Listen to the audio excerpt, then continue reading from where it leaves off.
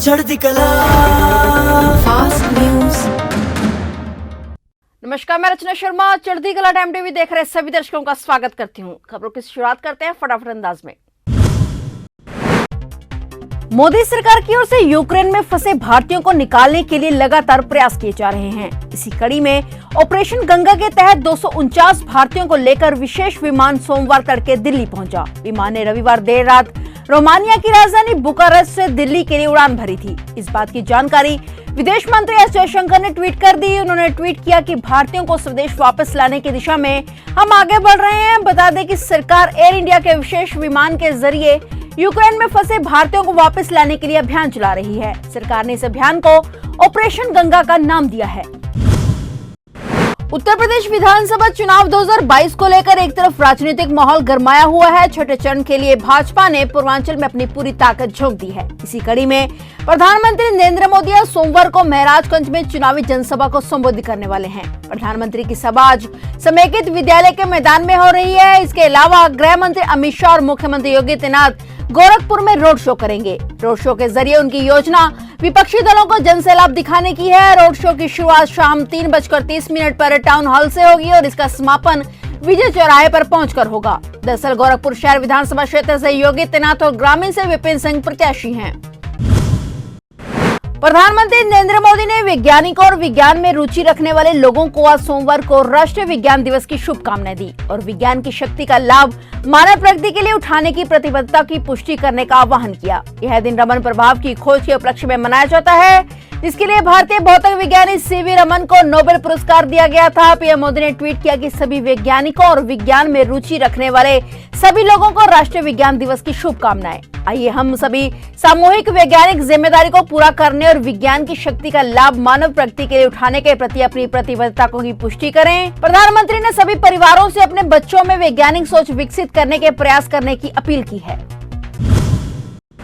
देश में कोरोना लहर एक बार फिर से थमती हुई नजर आ रही है। बता दें कि पिछले 24 घंटे में कोरोना के मामलों में बड़ी गिरावट देखने को मिली। 2 महीने बाद पहली बार 10,000 से कम कोरोना केस दर्ज किए गए। पिछले 24 घंटे में कोरोना के 8,013 नए केस सामने आए हैं और 119 लोगों की मौत हो गई। वहीं पिछले 24 घंटे में 16,765 लोग कोरोना से ठीक भी हुए हैं, यानी कि 8,871 एक्टिव केस कम हो गए। इसी के साथ महामारी की शुरुआत से लेकर अब तक कुल 4,29,24,130 लोग संक्रमित हो चुके हैं। इनमें से 5,13,014 लोगों की मौत हो चुकी है, जबकि 4,23,00,000 लोग इस महामारी से निजात पा चुके हैं। देश में कुल 1,02,601 लोग अभी भी कोरोना वायरस से संक्रमित हैं, जिनका इलाज चल रहा है। बता दें कि देश भर में 170,50,86,000 कोरोना वैक्सीन के डोज दिए जा चुके हैं। बीते दिन भी 4,90,000 टीके लगाए गए। बलात्कार और हत्या जैसे अपराधों में सुनारिया जेल में सजा काट रहे गुरमीत राम रहीम को 7 फरवरी को 21 दिन की फरलो मिली थी, जो खत्म हो गई है।